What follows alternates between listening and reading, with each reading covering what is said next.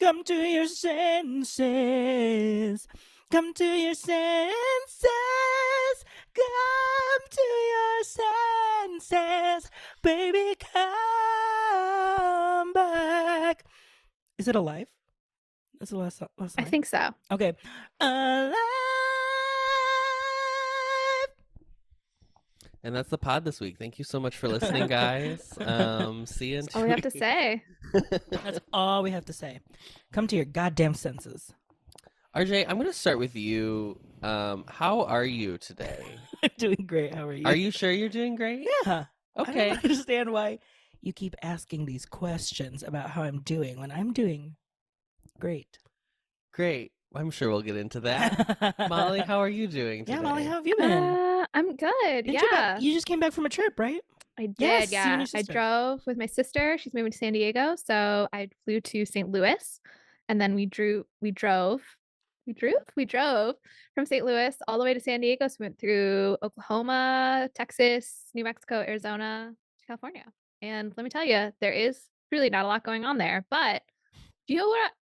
I actually guess. What state do you think pleasantly surprised me of those? I'm going to say New Mexico. Oklahoma. New Mexico, I already thought pretty well of because I had an aunt and uncle who had a cabin in the mountains there when I was a kid.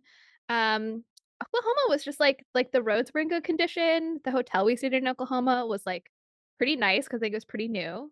Mm-hmm. And I just my expectations were extremely low. And I was like, this seems like a decent place to live. All right. So way to go, Oklahoma. Good work. You have a liberal elite's approval. There you go, Oklahoma. All you've ever wanted. Here's a pass to keep doing what you're doing, because I no I other endorse notes. 100% of what Oklahoma's doing. No. Through Tulsa, by any chance? Do you have anything you want to say about everything Tulsa's ever done? No thoughts. Oh God. Well, that's good. I'm glad you had a nice little fun road trip. Did you guys split the driving pretty equally? Yeah, I would say so. Kind of did. She usually started the day and I would finish it off. Must be nice. Yeah, I don't do any long driving because I fall asleep in the car like a baby. Just rocks him to sleep. Yeah. It truly just rocks me. I just am a terrible driver factually, but I can get through it enough that, yeah. You're a woman. Yeah. No. She tried to beat me to the punchline. Unfortunately, I very much fit that stereotype.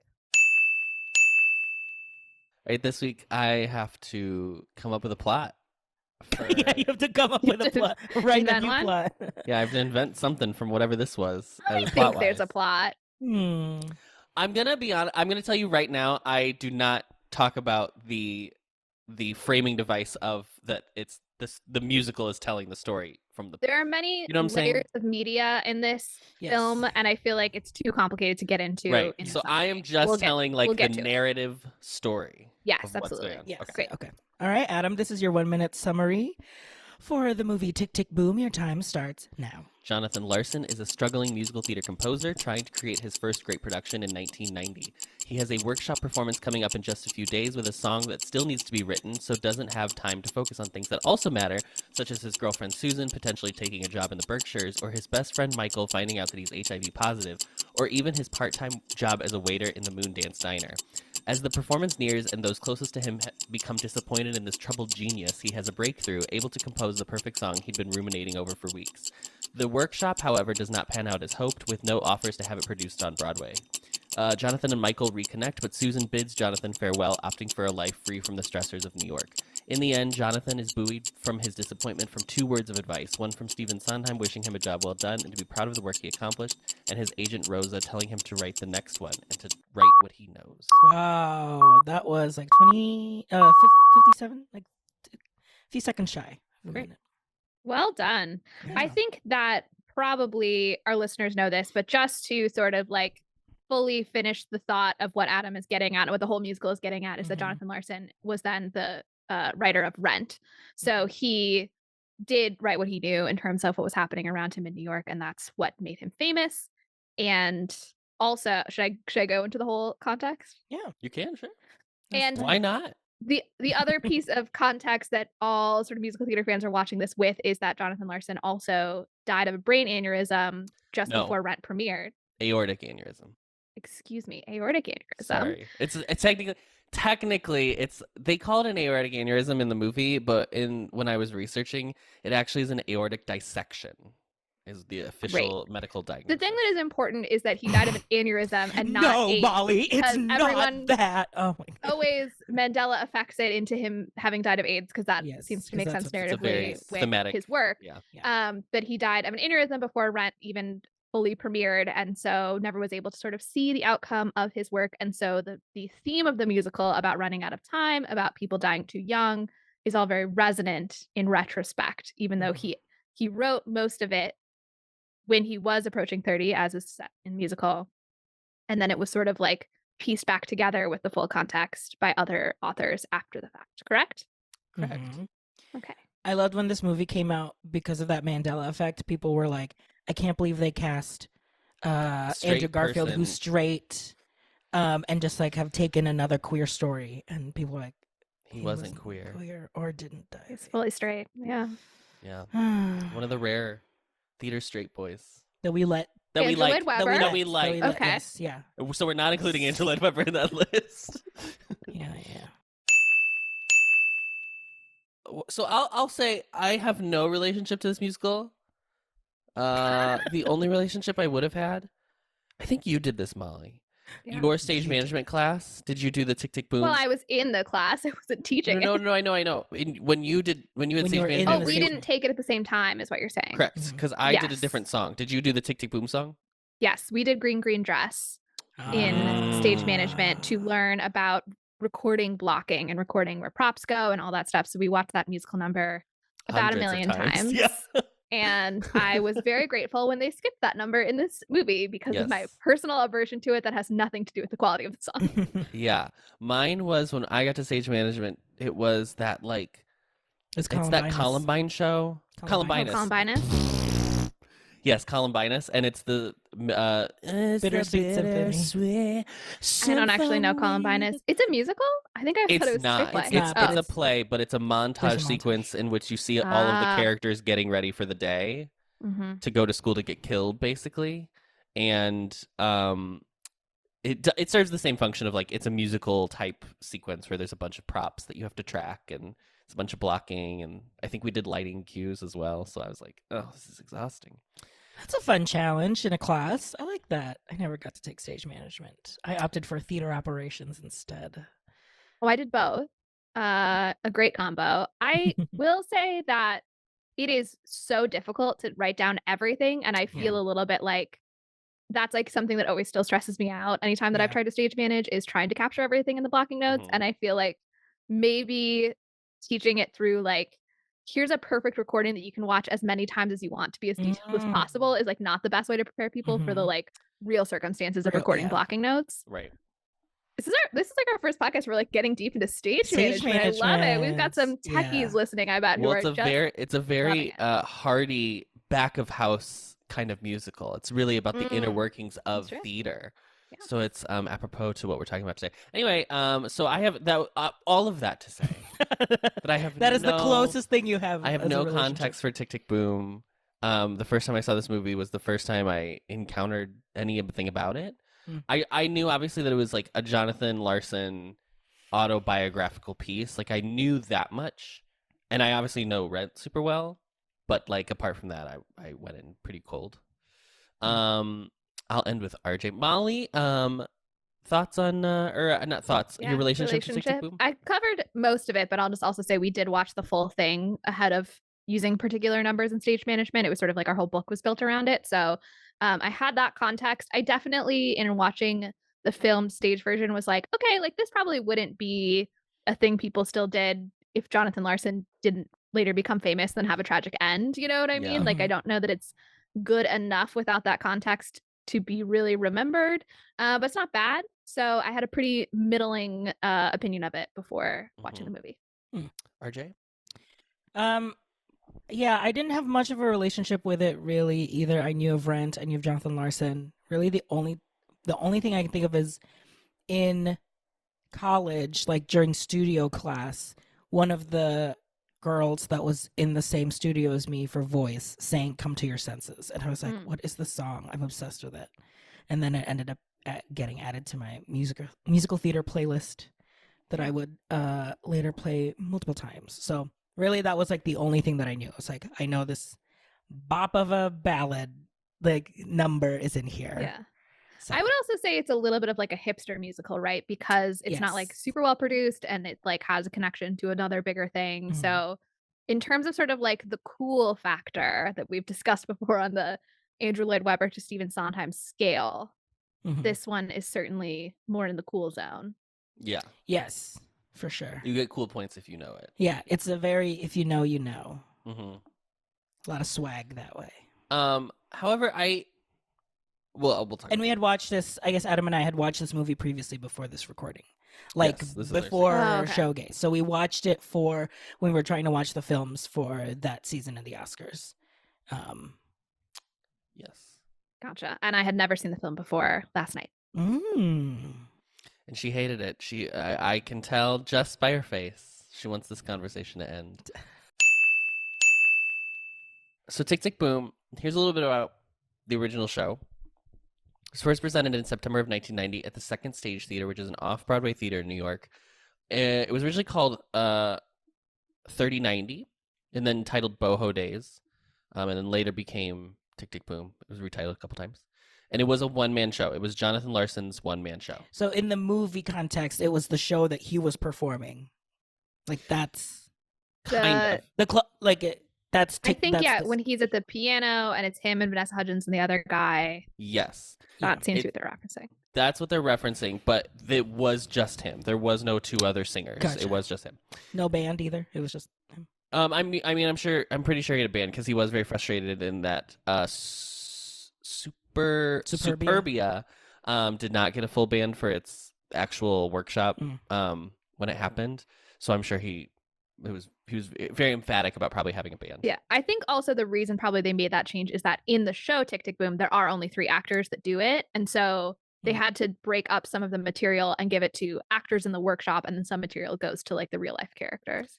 Yes. So then he does it in November 1991 at the Village Gate, and then 1992 and 1993. My birth month, just so everyone knows.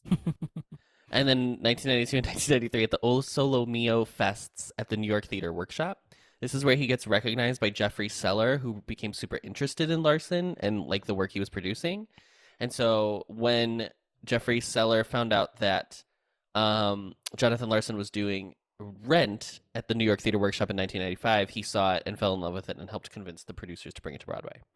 So if he hadn't done Tick, Tick, Boom, and really if he hadn't made Superbia, everything happened because it had to happen the way it happened. After Jonathan Larson passed away in 1986 of, as we said, an aortic dissection, David Auburn was tasked with kind of retooling the piece and make it a 3-person piece. David Auburn is the writer of Proof, which is a very famous like 90s straight play about math. And another 3-person play, I believe. I did forget that it was 3 people. I also always have to have a moment of remembering which one's Proof and which one's Doubt, because they're like 2 straight plays with one word, and like Proof and Doubt are kind of the opposite of each other, and so like definitely the play Doubt could also be called Proof, but Proof could not be called Doubt is the good thing about it. Yeah, that's true. Because it's like a math proof. Oh my god, when you find out, doesn't it take place at UIC? Isn't it? Or is it University of Chicago? It's like in someone's house, but I'm sure that there is a he university was like associated with. Yeah, the dad was like a professor. I think it was University of Chicago. That yeah, sounds right. I think that's right. Anyway, so he was tasked to rework in a 3-actor piece, but ends up only being credited as like a script counselor, I believe is what the credit is. So that leaves room for Jonathan Larson to still be credited as the writer of the piece, which is great. I think it was Raul Esparza, right, who played Jonathan? It was in the original production. Oh. So it opened off Broadway in May of 2001. Because it opened off Broadway, it's never had a full Broadway production. It probably never will, to be quite honest. I can't talk about Tony Awards. So here are the Drama Desk Awards. It was nominated for all of them, or not all of them, I'm saying. The Drama Desk Awards it was nominated for, it didn't win any, but these are the ones it was nominated for. Outstanding Musical, Outstanding Book of a Musical, Outstanding Music, Outstanding Lyrics, Outstanding Director of a Musical, Outstanding Actor in a Musical, and Outstanding Featured Actor in a Musical. So, Did you say you can't talk about Tonys because Tonys are only for Broadway shows, or? Yeah. correct. Off-Broadway shows. The way he said it, it sounded like he had a moral stance against It the sounded like it was Tonys. your personal thing that you did. No. about the Tonys. I choose not to talk about the Tonys. They know what they did. The Robinette Tony, what is it? The Antoinette something? Anyway, That's the full name of the Tony? Antoinette, yeah. Oh. Anyway. So much insider theater stuff today. Yeah. God, everyone's going to walk away with a full education. Yeah, we're going to give you a BA in theater at the end of the... Yeah. So you don't have to do what we We'll did. mail you your diplomas. Yeah. Yeah. So I just wanted to write this down because I didn't know the full story of Jonathan Larson's passing. So he died January 25th, 1996. It was the morning of, it was like the early morning of the first public performance of Rent at the New York Theater Workshop. And it was 10 days before his 36th birthday. It was an aortic dissection, which basically is there is an abrasion in your aorta that separate, like it creates a space for blood to get in between the walls, and then it like the blood pumps the walls apart. So it basically like forces the aorta to separate from itself. It's very sad. It's potentially attributed to Marfan syndrome, but this has never been confirmed. But the Marfan syndrome institute like claims that he had. And what is Marfan syndrome? It's a great question, and Wikipedia is always available for free. I Hey. looked it up, but I honestly couldn't tell you. It's like a genetic syndrome. Most people live like normal lives with it. The most common associated thing is like you have the concave chest. It happens a lot with men. They have like longer arms, stuff like that. The only serious side effects are like they will have heart complications, but they're usually being able to be fixed from just cardiac surgery. This also says in the like little bit that Google pulls out when you just say like, what is this thing? It says that it changes the proteins that help to make healthy connective tissue. Protein. You're getting pre-med and a BA today. Exactly. Yeah, I got a BA in theater, but on the pre-med track. Right. So he apparently had been feeling like lightheaded and had chest pains for like a few days ahead of passing away. So he had gone into 2 different hospitals to be examined, and both of them said that he was fine. They had ran multiple tests and were like, you're fine. You probably it's probably just stress. So unfortunately, medical malpractice suits were filed and settled out of court for an undisclosed amount. As Molly will like to point out, that does not prove that there was malpractice that was done. It doesn't look great, I'll say that, but so I just need to say that legally. Anyway, New York State medical investigators later determined that if he had been able to be diagnosed correctly and treated with cardiac surgery, he probably would have survived. So it is something that's so sad that like a very bright light in theater that was obviously taken way too early. Boom, the movie. It is directed by Lin-Manuel Miranda. The screenplay is by Stephen Levinson, who we have encountered before as writing the screenplay and book for Dear Evan Hansen. It's produced by Brian Grazer, Ron Howard, Julie O, Julie Larson, and Lin-Manuel Miranda. Julie Larson is Jonathan Larson's sister.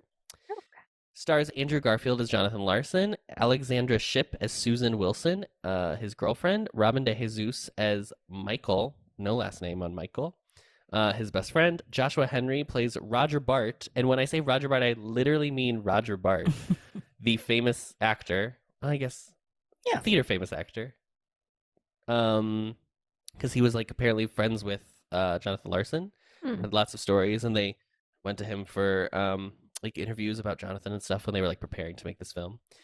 So that's his little tribute. Rosa Stevens plays... Oh, I'm sorry. Judith Light plays Rosa Stevens, who is Jonathan Larson's agent, and Vanessa Hudgens plays Caressa Johnson, who is one of the singers in the like current musical. That's kind of the like framing device. An actress he works with, yeah. Thank you. Some fun little facts. In preparing for his role as Stephen Sondheim, Bradley Whitford from West Wing studied interviews with him from around the time the film takes place. He noted his performance is somewhat dialed back, as he described Sondheim as almost an orangutan in his physicality in interviews, which I thought is so funny. To simplify his performance, he would think, quote, crooked smile on an unmade bed before camera started rolling, which he felt was the key element of physicality he needed. Also, in regards to Sondheim in this movie, because he is a not a major character, but like he's the Deus Ex Sondheim. Influential, yeah. Yeah. There is at the end of the show, you hear a voicemail from Stephen Sondheim, and the voice you do hear in the film is Stephen Sondheim himself. And not only that, but he wrote, it is not the original voicemail okay. from 1990. Whatever. 1990. But Lin-Manuel had been in contact with Stephen during like developing and making the movie, and so had sent him the script just to read over, and Stephen was like, this is great. And then he wrote back a day later and was like, I actually think the message you have that is written for me to leave Jonathan is something I wouldn't say. It's a little too trite. Would you allow me to rewrite that message as something I would have actually said? And so they let him rewrite it, but Bradley Whitford wasn't available to like re-record the voicemail, so he offered to do it himself. So that's how awesome. that's how Stephen Sondheim's voice ends up in this movie. I just assumed that it saying was the words that he wrote. Yeah, I just assumed that was always the intent. So it's kind of cool that like. I thought when I saw that fact, like, oh, they probably couldn't get Sondheim to like be in the whole movie, but they could get him to do the voicemail, so they just asked him to do it. Was what I assumed. But also it didn't stand out to me in the movie, which like props to Bradley Whitford. I mean, in general, nailed it as Sondheim, but also it didn't stand out like, oh, that's clearly a different voice. So like he clearly got the voice very well. Yeah, totally. So I really like that story because that line of dialogue or the voicemail itself is so, when you think about it for a moment, you're like, of course he wrote this line, because like it's just like the way he ends it by being like, be proud. And I was like, no, I can't.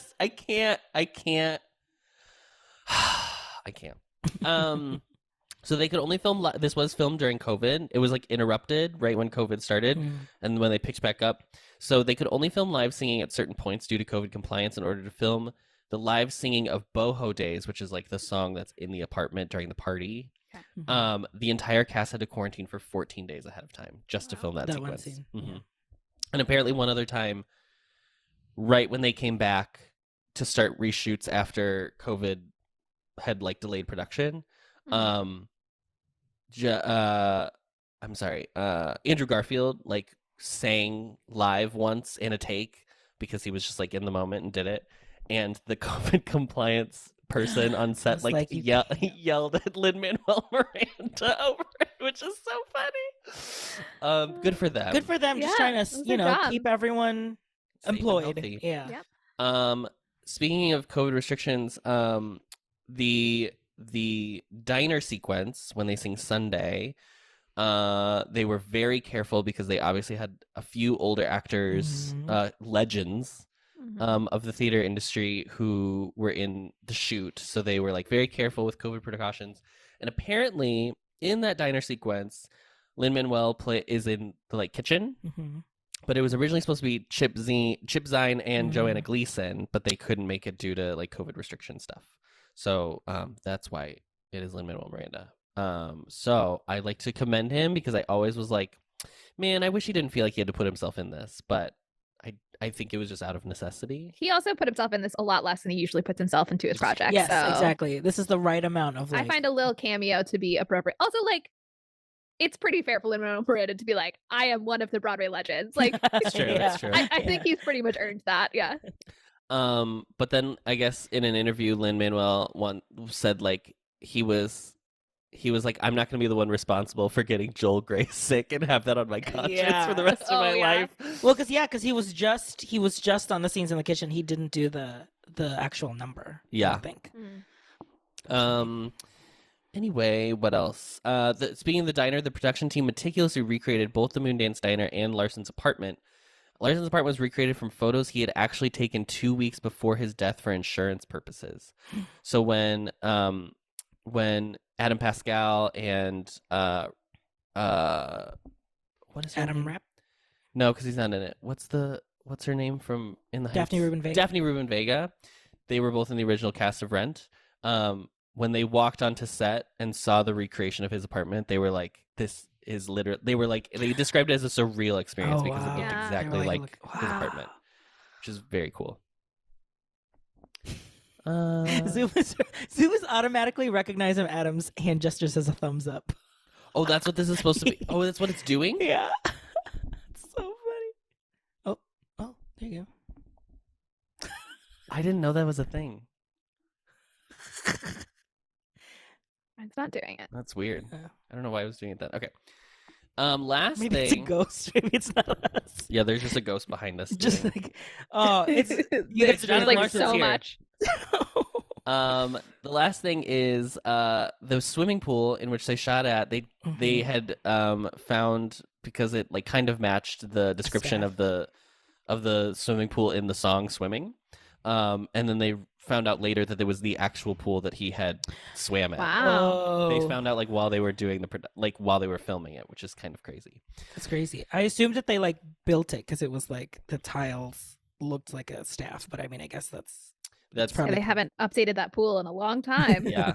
I kind of loved those like old like using the tiles Tiles to to mark mark. them. Oh, yeah. So good. This movie was nominated for 2 Academy Awards. It was nominated for Best Actor for Andrew Garfield and Best Film Editing. Hmm. And it didn't win either. Didn't win either, but I think when we watched the Oscars, I think that it's year, insane that it was not nominated for Best Picture. Yeah, we felt very much like we were really rooting for Andrew Garfield for the best actor. Yeah. I remember. Yeah. Because I'm not like an Oscars person, didn't watch any of the other movies, but I didn't watch this movie and think like, oh, how could this not be a Best Picture nominee either? Yeah. I mean, I know I'm already in the tank for it because I'm a theater person, so I do recognize that about myself, but I do think it's a very well-made film. agree. That's all I have because it's a Netflix movie. There is no box office information. So, They're gatekeeping it. oh, did I not even finish? I do this every time. Cinematography is by Alice Brooks. It is edited by Myron Kirstein and Andrew Weisblum. Music is still by Jonathan Larson. They went back into the archives and found a bunch of music that had never been produced to use as the Ah, score, which is super Nice. cool. The production companies are Imagine Entertainment, 5000 Broadway Productions. It's distributed by Netflix. It was released on November 12th, 2021. Its running time is 121 minutes. Its budget was $55 million, and its box office, because it was technically in theaters to qualify for Oscars, but like that doesn't. It was It was a 2 limited theaters. release. Like it theater. doesn't matter. Yeah. So anyway, it made $115,000. So I don't know, a flop. I don't know. How are we Yeah, who judging knows? this? Yeah. It'll I be, don't know. it'll How be does off Netflix work at Netflix all? in like 3 years. They'll just Yeah. remove it, and you'll never be able to find it again. So great, nailed it. This is the 2021 year. So this was against In the Heights, West Side Story. Minari? No. Oh, the year after. Ride My Car, Power of Dog, Belfast, Dear Evan Hansen. So Mr. Steven had 2 movies out. Oh, Mr. Zoom- Stevens. Something happened when you Zoom- said Dear Evan Hansen. I know Zoom just gave us a thumbs up when we said Dear Evan Hansen. Someone's ghost Zoom is just participating in the conversation and letting Yeah, us oh know my what it God. likes and doesn't. This is what it's like when we do our live shows at Sidetrack. People like, we're getting Audience participation. responses. Yeah, Yes. absolutely. Okay, let's move on. RJ, I'm going to start with you because you seem to have an emotional break during this movie. So, what did you think about Tick Tick Boom? Hey. I have a headache right now because we watched Yeah. this movie before this recording, and I was crying so much that now I have a headache because of it. I don't. I'm always the one that cries. And I only this- cried Yeah, at one that's part. true. Of this I movie. don't really He cry- cried like the whole thing. There were many moments where I didn't. I wouldn't say the whole thing. Yeah, I would. They were The big. last half, I would say. Yeah, but there were big moments. Definitely the Sunday number because I love Sunday in the Park. It's one of my favorite musicals of all time. Mhm. And also it was a beautiful scene. I think just I am in the same space that this movie likes to explore, which is, Trouble Genius. yeah, absolutely. As the co-creator of the Ampliverse. God. No, it's in that same space of like, what have you done? You're running out of time. You're turning 30. Geniuses like Sondheim has already produced already had a show on Broadway when he was 27. Like stuff like that I think in my life I've definitely been in that same space ever since turning 30. And now I'm turning 32 in August, and I'm still kind of in that space. So it was just it hit home a lot, and I think I try to be like, obviously, like I'll try to be objective, because it's like knowing that, like, if a movie is like emotionally connecting to me, like, is that like because I am like empathetic because I'm in the same situation, or is it because like the way this movie is portraying it is so good that it actually is connecting to me? And I would definitely say like it's so well made in that way that it made me feel like I was in this group of friends trying to like struggle and go through what they're going through. So I also want to push back and just say it's okay to not look at this objectively and have very subjective feelings about how this movie made you feel, because catharsis is the number one reason art exists. So, and also like let's Wow. reference the last episode and my reaction to Newsies. Like I think That's true. your reason Cinema. for being subjective is better than mine. Yeah. Yeah, so I think I found it interesting because I don't remember you having that reaction the first time we watched this movie. Yeah. I remembered like But I think you've also been exploring writing a lot more recently. Yeah, that's true. And so when the agent has the line of being like, "You're a writer," you keep This is throwing it. things at You the just gotta wall, keep- and then you got to yeah. keep trying it until It was Sondheim's voicemail. It was, and obviously like just the whole storyline with Michael and Jonathan, just like that idea of like, this is actually what it means to run out of time versus what you might think the pressure of your running out of time because you've convinced yourself that you need to create like the next best thing on Broadway now. And I think just like all of those just rang true in and also mixed with the like what it means to like have a steady job, to have like these decisions that you make in order to just like live and survive. And like, are you giving up a passion or a desire, which I think like that was Jonathan's like big kind of hurdle to get through. Like he wants to put everything into his art, and when everything doesn't come back to him, it's like, well, now I have to, like he has to learn that like there's a balance in like making decisions to keep you alive and be a functioning person in society and still be able to pursue your dreams. So yeah, that all just hit real hard. Yeah. I really think that the Sondheim at 27 thing is an interesting part of this musical. And I wanted to ask both of you, I mean, because obviously we all like got BAs in theater. We were like interested in art, right? So we were like coming from a similar place with that. But I guess when I think back to like what motivated me to want to go get a theater degree, I don't think I ever really imagined myself as like, I will somehow be like a great of the field. I think I was just like, I love doing this and I want to keep doing it every day was more. And he does have that song that like really references that. But I also feel like for this character, and like I assume to some extent for like the real Jonathan Larson, there's also this need to be like exceptional in the field, not just to do the art. And I just wanted to ask both of you if you feel like that, did you have that like desire to be exceptional or like dream of it?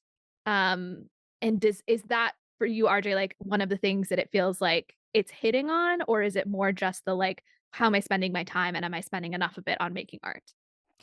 I think when I was in college and in that space, I was just trying to prove to myself that I can do my art as my like livelihood and as my career. So I was just trying to like soak it up, like learn, because I was fully like, I'm going to be a working actor or like a working creative person after college. I think when I like veered off that path and still like was in a creative field, but just like in a different way, I wasn't like performing anymore. I was able to like really like take that like pressure out and just like really just do shows because I like these shows, like just act and write because I really enjoyed it. I think now I'm back in that space of like, why was I trying to kind of like, I feel like now I'm more conscious that I think I was also feeling that pressure of wanting to be exceptional. I think for me specifically because like knowing that like my family moved here so that I can have a future, blah blah Yeah. blah, immigrant stories, like all of that pressure is building into it. That like, especially when you're trying to be like, I want to be in an artistic field, to like your family who have been in like different fields that have been successful. So it's like I also had that pressure of like proving to my parents that like no, I can be exceptional in this. Mhm. I think now I feel like I'm more reflective of like I think there is something there. And it's, I think what sucks is that you don't want to admit that because like obviously it's not very humble. But I think there's a kernel of truth of that to anyone. I don't think there's anything wrong with that. Like, it always bothers me, and like, American Idol or something, a show that I'm obviously very familiar with, Yeah, as we all know. absolutely. You're the subject expert. When Yeah, people of the will pod. say like, never in my wildest dreams did I think such and such thing would happen. And I'm always like, well, obviously you in your wildest dreams, like you're not pursuing this if it wasn't in Yeah. your wildest dreams that maybe you could It's be on a true. show like Yeah. this, right? Yeah. So like, I don't think there's anything wrong with saying like, yes, there's like a part of me that wants that like we Mhm. all have parts of ourselves that want things that we logically know are unattainable. But that doesn't like make it bad to have that part of you that wants it. Yeah. Adam, how about you?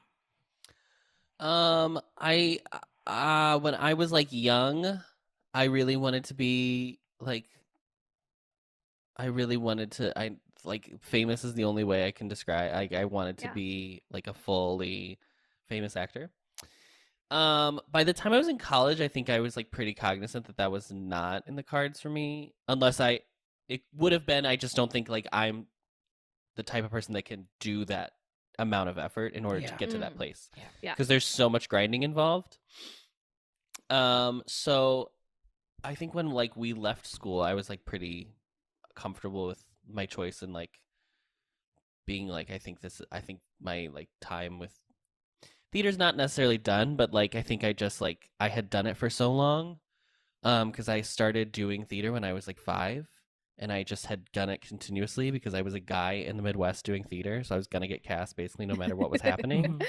um and it felt like Florida was like a break, but then like I was like I like discussing art and I like talking about theater and I like seeing shows and stuff like that and analyzing it, but I don't know if I and like this is still like this is right here what we're doing. This is still like a performance and it kind of satisfies that bug or whatever. But I don't think I think by the time we were in school I was very like I don't think that's for me in the way that I thought when I was little.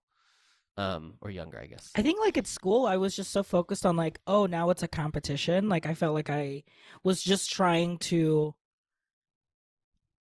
be good enough to get a callback or like to get cast in the show. And so I was just always focused on that. I feel very similar to like Michael in this movie where he was like, I did it and like it's hard and I'm fine. Like I'm not bad, but like I know that my skills are not to the level in which it's like you're shocked by what I can bring to the table. Yeah. Which is kind of why I think he's like such an interesting character, and I think that's what makes their relationship so cool is like everyone knows that Jonathan is so good, like they realize his talent is like so far, and that's the hardest part is like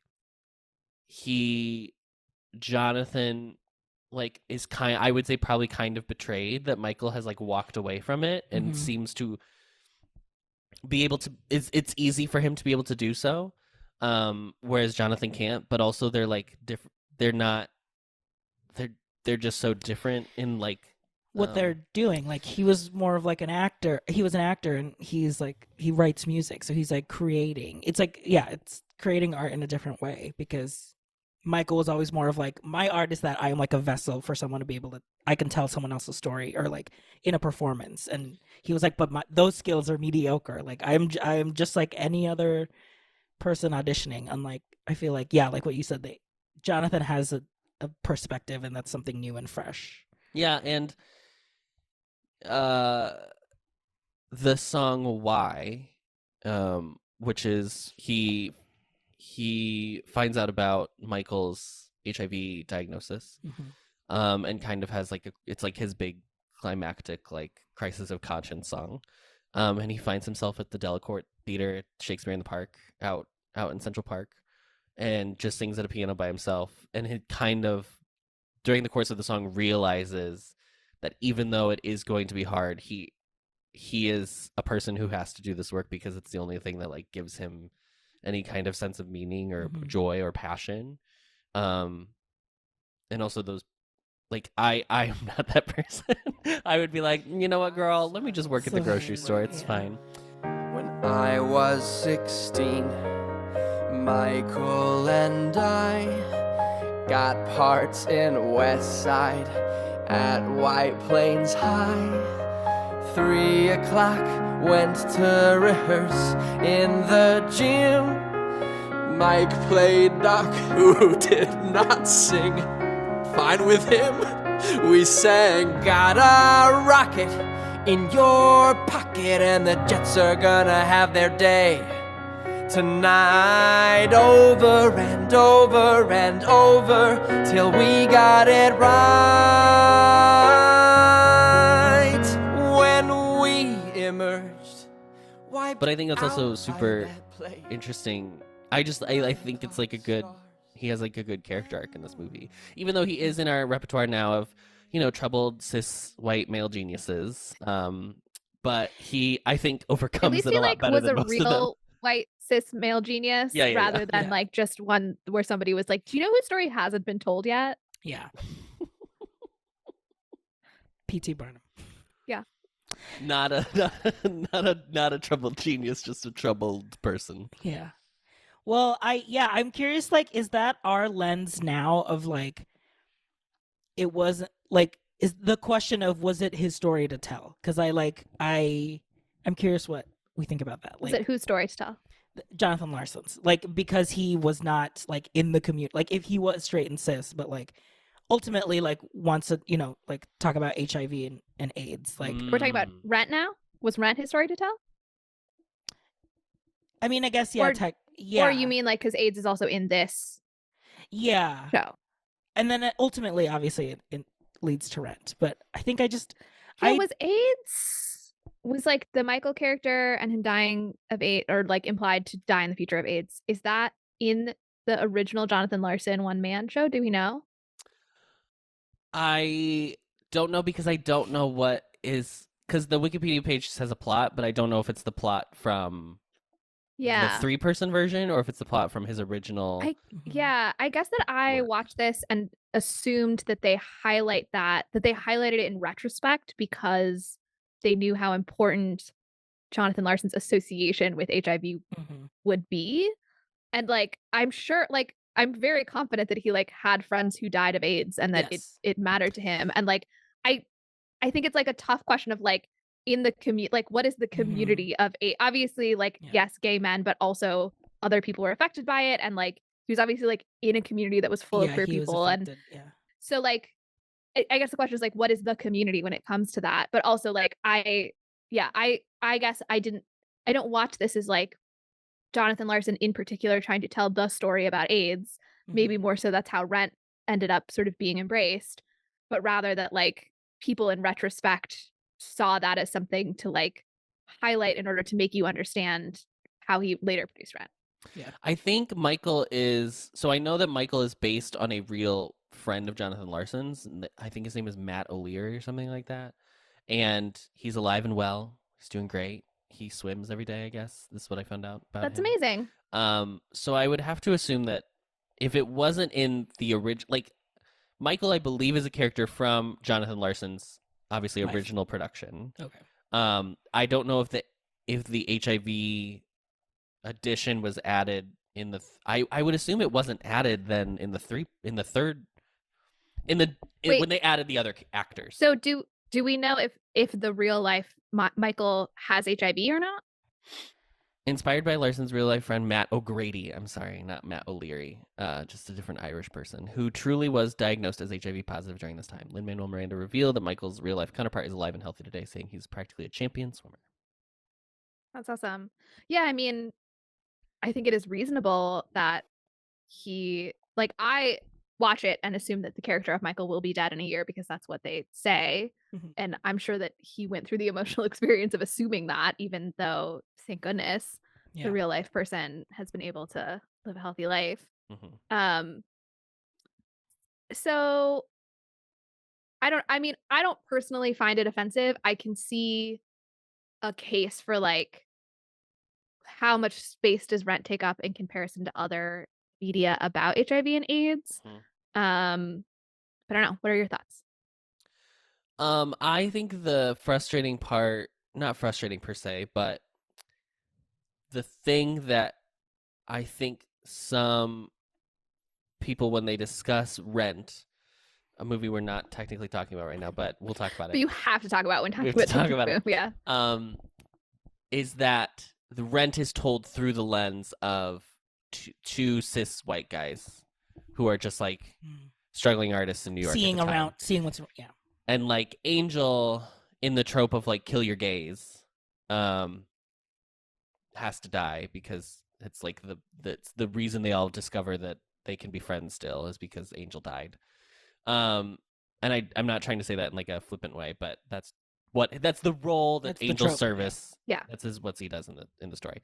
However, I do like that Rent has Mimi, who also is struggling with HIV, because so much of it at the time was like, oh, it's just happening to gay men. And so not that I like that she has HIV, but Mimi and Roger. Yes. Yes, they both do. Yes. Yeah. Yes. So I think that's also smart that they like multiple. It's not just the gay people that are like, oh, the sick ones.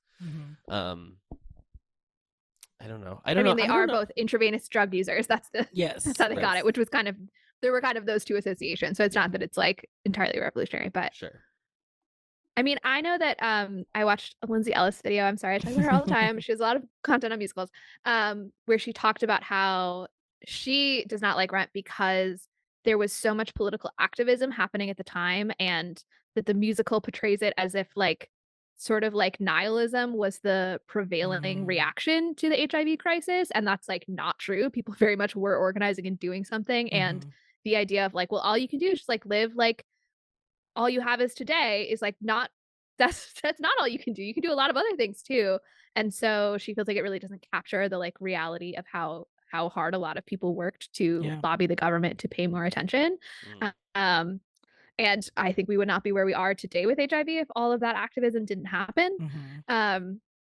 So I think that is potentially like a more significant flaw to me in Rent than the question of like who tells the story, who told the story. And also like, yeah, technically the guy with the camera is like he's kind of the framework or whatever, but I like don't really think of it as his story necessarily.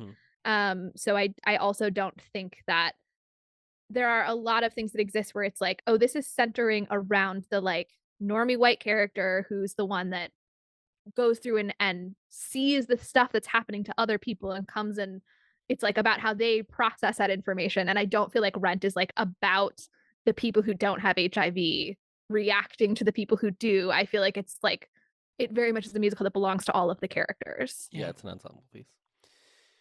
Yeah. Great.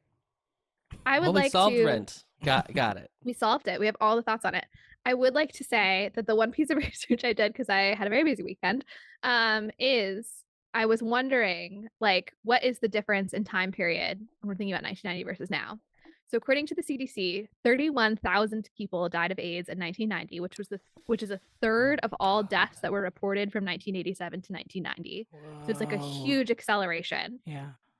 And then according to the Kaiser Family Foundation, the age-adjusted HIV death rate has dropped nearly tenfold since 1990 and by half since 2009. This is largely due to antiretroviral therapy. It's also decreasing because of a decrease in HIV incidence. Still, more than 1,740 people died of HIV/AIDS as an underlying cause of death in 2020.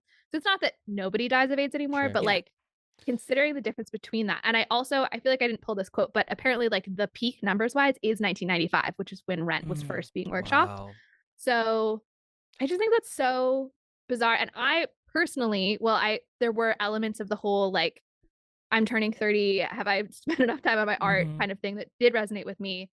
To me, more what I thought about was the difference in Jonathan Larson's context and like my context as a historical period, because I feel like we are like kind of the first post-AIDS generation in a Mhm. major way. And obviously it's not that HIV Doesn't Has is been totally eradicated, irrelevant, yeah. it's been eradicated or anything like that. But like with the things that exist, like PrEP now, and the quality of drugs that people have, and the whole like undetectable means untransmissible stuff. I mean, I was thinking about it because I don't know if y'all watched the first season of Drag Race, like when it came out. But we were like in high school, and I remember Mhm. Angina coming out as HIV positive, and the like emotional weight of that Mhm. revelation. And I remember at the time very much it still feeling like Anjana is saying like she won't be around for all that much longer, Yeah. right? Mm-hmm. In contrast to, was it Trinity K. Bonet who In like season 6, yeah. Mhm. came, well, but then I think in, wasn't it when she Monica came after Beverly All Hill. Stars that like No. also Monica Beverly Hills is one of the first trans contestants. Yeah. Might also be Trinity- HIV positive. I don't know. I thought that Trinity K. Bonet was the one that came back and talked about being HIV positive, and like I remember I learned from a queen on Drag Yeah. Race the undetectable means untransmissible thing. I don't know if it So was I thought during it was All her. Stars or if it was like leading up to All Stars. I think Yeah. it was outside the show. And then like in But All Stars. anyway, Yeah. in recent years, there have been people Yes. on Drag Race talking about it, and it's very like, look, this is like a chronic condition that I have to like manage, but like Mhm. it is not in any way like Mhm. What it used an it's not a assumption death that it's sentence gonna anymore. cut or even like significantly reduce your lifespan necessarily. So like that is such a like a fundamental shift that happened Yeah. in our lifespans that I sometimes think I struggle to comprehend really How far? how far we've come, and Yeah. how it's so wild that like 1995, like I was alive, you know Yeah. what I mean? Yeah. I wasn't conscious and like I was conscious. I wasn't conscious of these things happening. I was always in a I was unconscious coma. the whole year of Yeah. 1995. You know, but like if we had all gone to college in 1995, like can you imagine how different our lives would be Mm-hmm. Yeah. if HIV were at that level when we were in college in Chicago? I mean, wow. So that is a lot to contemplate, and I feel like is an important, to me it is an important thing to continue to produce work that memorializes that time. Yeah. Yeah. I think the AIDS epidemic, when it was at its zenith, is something that I will truly never be able to fully grasp. Like, Mhm. it's almost, it gets like the amount of people that like perished during like the Spanish flu in like 1917. Just like the amount of death that had to happen for people to just be. I mean, it's so weird that I'm talking about this when we just went through a pandemic. Yeah. And like so Yeah. obviously there was a bunch of death. It's the like the human brain will just do anything to like But it protect is itself not to, from being like not to do the whole like it doesn't matter when older people die thing. Of Mhm. course it still matters. All the Mhm. people who died during COVID mattered. But like the fact that HIV was killing people, I mean, he talks about how so many of his friends don't reach their 30th birthdays. I mean, Yeah. that really is a different Yeah. kind of epidemic. Oh shoot. And I was gonna say too you were something gonna say else that fuck you made old me think people, I of. think is what you were gonna say. I was gonna say I just don't like. I just think once you're over 65, It's gotta go. you know what I mean. I'm a real like Don Lemon, like women, you're not in your prime anymore. Sure, yeah, You know, yeah. that kind of a vibe is what I'm trying to get across. you did it. It's I a sure cross. did. It's a cross. I don't know. I don't remember. I'll think of it. Yeah, it's just like something that I find I have a hard time even wrapping my brain around how many people my age died.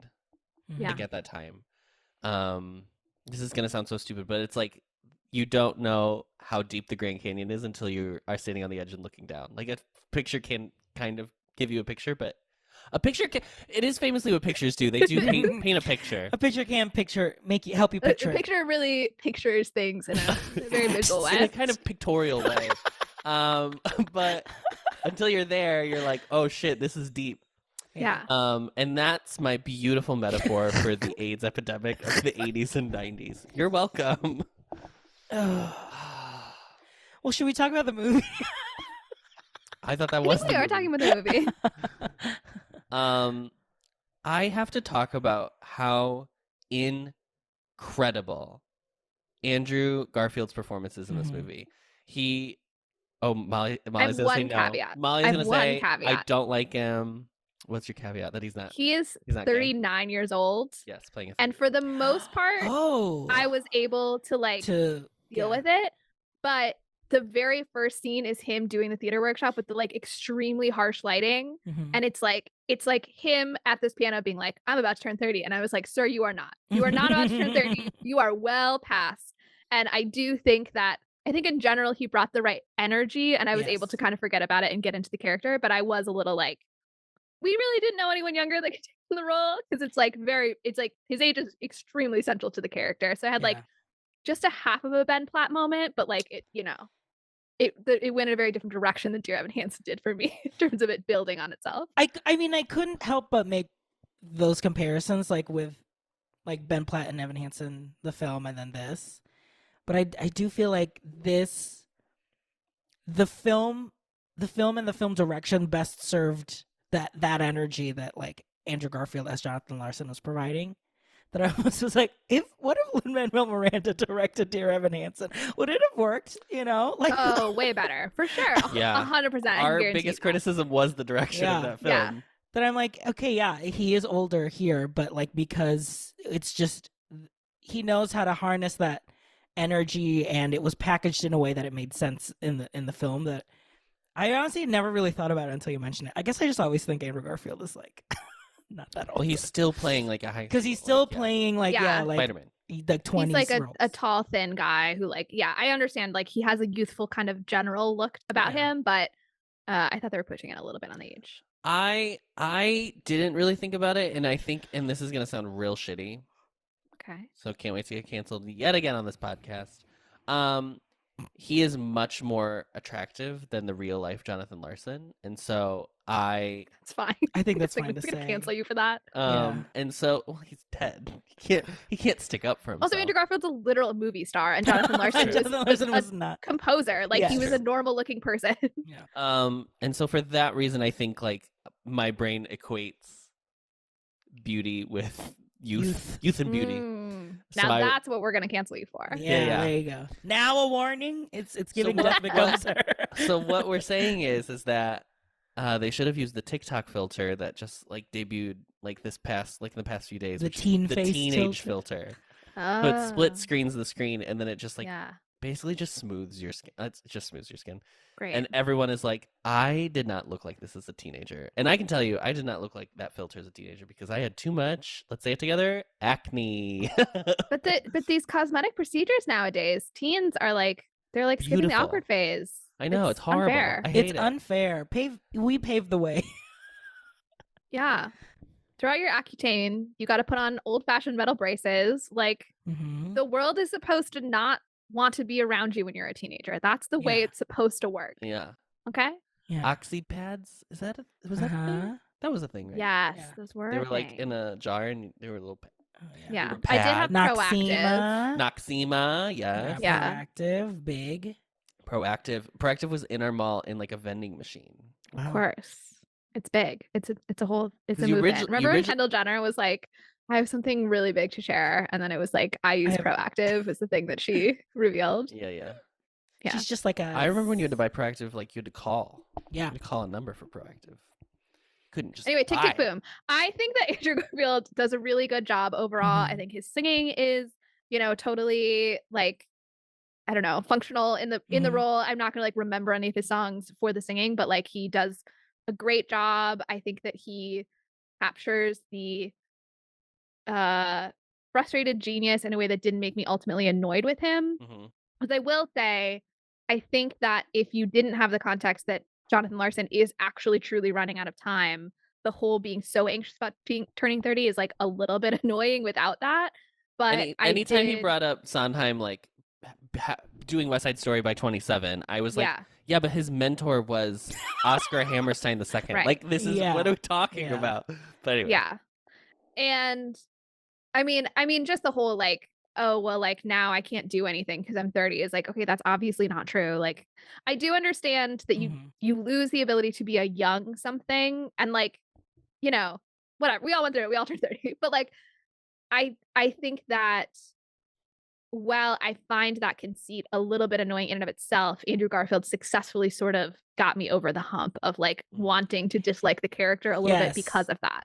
Yeah, like you kind of empathized with him going through it. Yeah. Can I also say, if we're just talking about performances, do you know who I loved in this movie? Who? MJ Rodriguez. Miss Vanessa Hudgens. Oh, I yes. know! Because Her we've blowout. talked before.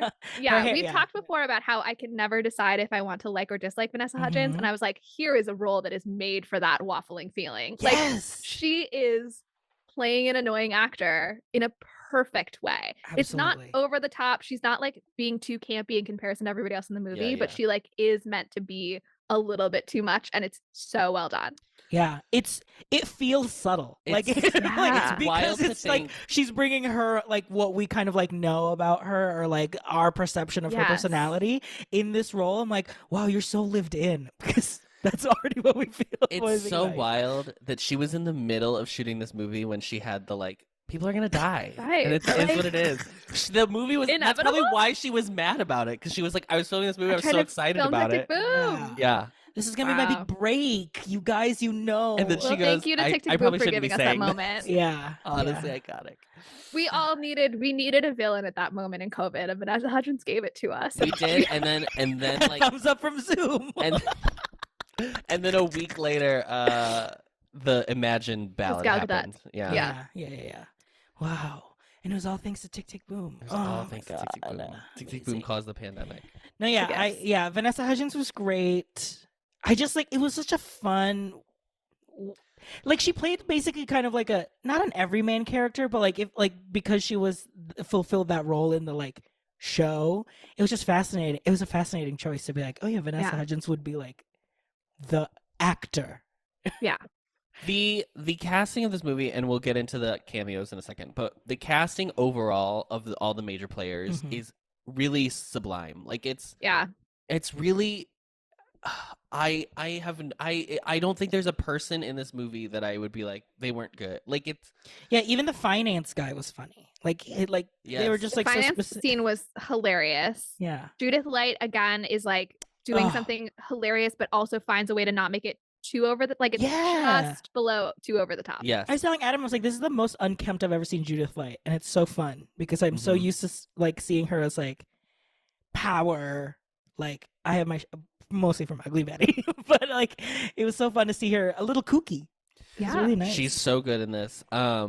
I have to give it up to Robin De Jesus. Robin De Jesus. Like I was convinced that I don't know if he ended up getting any like Critics' Choice C stuff, but I was like, this is a great supporting like performance. Like he was great. He is so grounded in that role, Yeah. and it's so.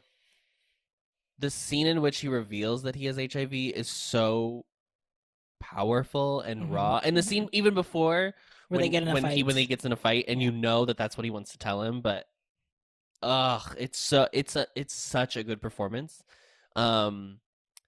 Yeah, I truly have like no. I don't think there's anyone in this movie who does a bad job, which is like really No. crazy. It's good. Yeah, I agree. Like he delivers such great, like powerful, dramatic moments when he's like in the film a fair amount, but he's Mhm. not the central character, obviously. But you just like really laser in on his scenes and like really Mhm. focus on the things that he's doing. And then Alexandra Shipp, Yes. also so good. hmm Also like believed her as a real character, and the argument scene that they have Oh my and the way that she God. like wants so badly to make up with him, and then you see him tapping his fingers on her shoulder, and she realizes that he's thinking about turning the argument into a song. Mhm. The look she gives, I mean, It's to so cut down good. 1,000 men. It's so good. And the pair like alternating between this and the song, like therapy, The argument and the song. Yeah. was just it. Oh my god, I loved it so much. I'm not mad, you got mad when I got mad when you said go down dead. If I were you and I done what I done, I'd do what you did when I gave you the ring, having said what I said. But now it's out in the open. Now it's off our chest. Now it's 4 a.m. and we have therapy tomorrow. It's too late to screw, So let's just get some rest.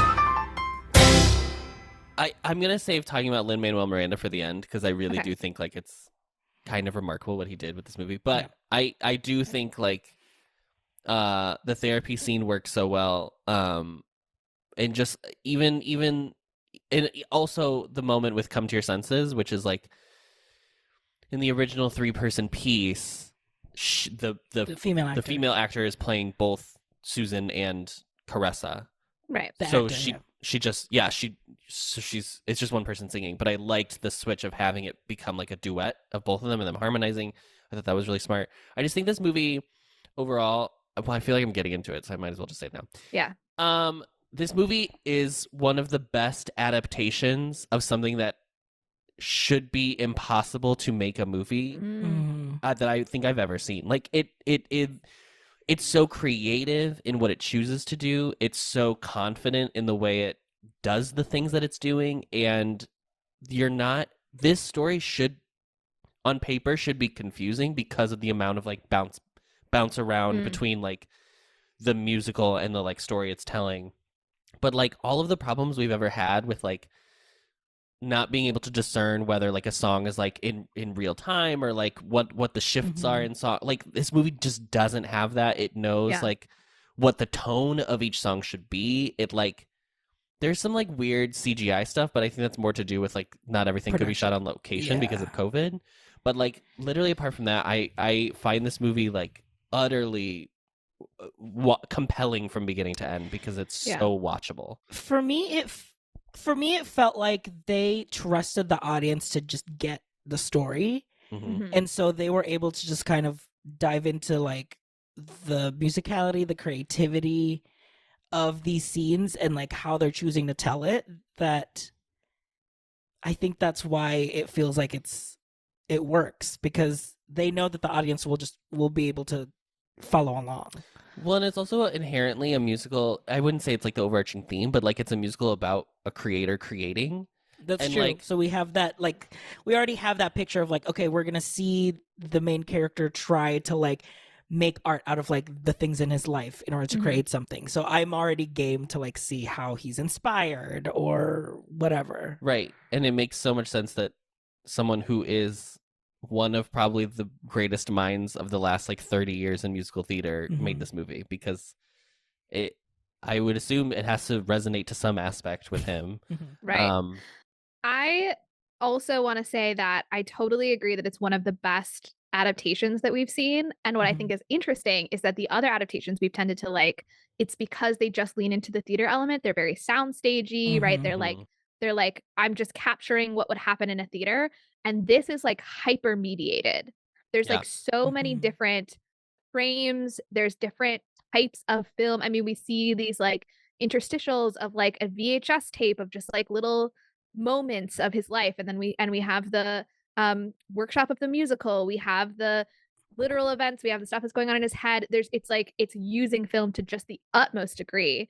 And so also leaning really heavily into film can work in addition to leaning away from it. Yeah, I think the other thing I love about this movie, because all of the songs kind of have like it's very reminiscent to me of In the Heights, where every song kind of had like a concept. This movie, I think, does a very similar thing where each song I can remember by being like, oh, this is the one where they're in the apartment. It's like supposed to be like a Fred and Ginger kind of like homage, or like it's like stuff like that, but it's not even like too on the nose. And it always feels, and I think a critic said this too, so I'm really just stealing their words, but it still feels like a humble film. Like it doesn't feel like it's ostentatious in any way. It doesn't feel like it's a big production. Like it still feels like small and intimate, which I think is really cool. My favorite decision that this movie makes in terms of like staging the musical numbers is the play game like rap, where it becomes like a 1990s music video in the middle of the movie. It's so cool. You can't do this. You can't do this on stage. You literally can't do this on stage. This is the best, like, just take an idea, because it doesn't really work. Like it's like a funny idea that like Jonathan Larson made a song in which he raps, because like he's like a white Jew from like New York, like what's happening. But the idea of like being like, okay, but listen to the song, listen to what it actually is, and so you have to put it in like a proper rap context to like appreciate it and not just be like it's funny. I was so impressed. It's so impressive every time I see it. That was where I felt the most like this is Lin kind of taking what he's good at into like And feeling comfortable. yeah, and feeling comfortable with it because that was Yeah. one of my favorite scenes.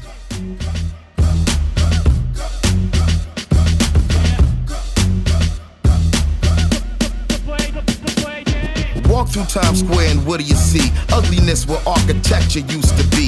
The glamour and style have been replaced by God. Like the $60 spectacle, it's all a fraud. That's the play game. That's the play game. So why do I want to play the play game? That's the play game. That's the play game. I must be insane to play the play game. Even off Broadway, it's no guarantee. I mean, the Moonlight Diner is obviously. Oh, I will also share this piece of information that I asked the family, oh, like I have to watch this movie. Can I watch it on like the family TV? Is that cool with everybody? Or I'll just like go up to my room and watch it by myself. Everyone's like, yeah, that's fine. Not a single person in my family watched the majority of this movie. My brother didn't even start it. My sister watched for like 10 minutes and left. My sister-in-law watched a fair chunk, but mostly on her computer doing work. So this is not a musical that draws in the non-musical folks. yeah. Sure. Yeah. But I was like sitting on the couch next to my sister-in-law who's like mostly not paying attention. And in the diner scene kept being like, oh my God, under my breath and like reacting Mhm. to the various people who were on stage. And I feel like that's my favorite song musically anyway. Yeah, The like yeah. who should eat at home is like such a beautiful little melody. And the way he puts them together, obviously it's a Sunday in the Park homage, but also like I'm wondering if the diner opening and falling down is a Hedwig and the Angry Inch homage. Oh. And I only know that number because of 'Cause of Sidetrack Sidetrack. and Yeah. Nickel Monday, but they always play it. Yeah. So like I feel like there were a lot of levels of references in that, and I think I could Yeah. probably go back and like catch more and more. So that was definitely my favorite, and I liked it. Obviously, it was like a little bit less in the vein of what you were talking about, Adam, of like literally like can't do anything like it in theater. But because the original show is just 3 people, I was like, this is where we're having like the most fun with the idea that we're Yeah. not limited to 3 people, Yeah. right? Like, Yes. what could this be with a full cast? And like, we really went A-list with the cast for it. This is the one also I think that works best in terms of like you notice the shift when he goes from like in the scene to now it's a The song. song. Yeah. Because like the diner's super busy, it's super packed, we're shooting really close, blah blah blah blah blah, and then all of a sudden he just stops and And it's turns, a stage. and the It feels like a stage. half of the diner's gone. It's only the major players in the diner moment. Yeah. It's so smart, and it's so. I mean, this is just for musical theater people. No one else watching this movie would understand. They would not appreciate it to the same level. Yeah. I think you can still appreciate it because I think it's It's still still a beautiful visually like sequence. appealing and beautiful. But it's Buddy. such like a beautiful homage to Sondheim and what is of all of Sondheim's works, it's the show that is about creativity and like struggling to figure out how to create. And Yeah. so the thematic through line of also like using it here is so like it's so crazy how good this movie is Yeah. because I feel like no one talks I know. about In the blue, silver chromium diner, on the green, purple, yellow, red stools, sit the fools who should eat at home. Instead, they pay on Sunday for a cool orange juice or a bagel on the soft green cylindrical stools. Sit the fools drinking cinnamon coffee or decaffeinated tea.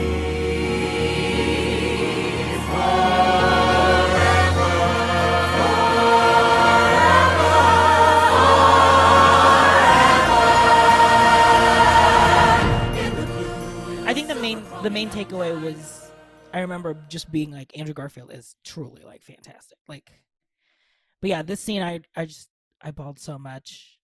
You reacting is like that one actor in the workshop when Stephen Sondheim walks in and she goes, Oh, can I say "Oh my this? God, that's Everyone's reaction to Stephen Sondheim are not big enough.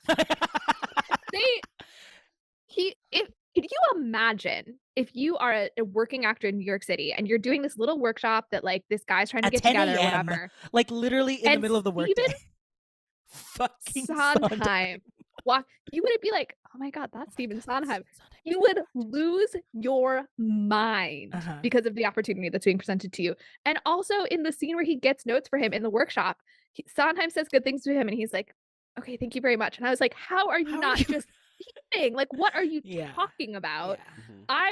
If Stephen Sondheim told me he liked my shirt, I would lose my I would mind. die. Well, And right this is- now, if he told he's you like telling your you shirt, that you'd be you're like, he's a musical. ghost. Well, yeah, now I'd be like, that's a lot.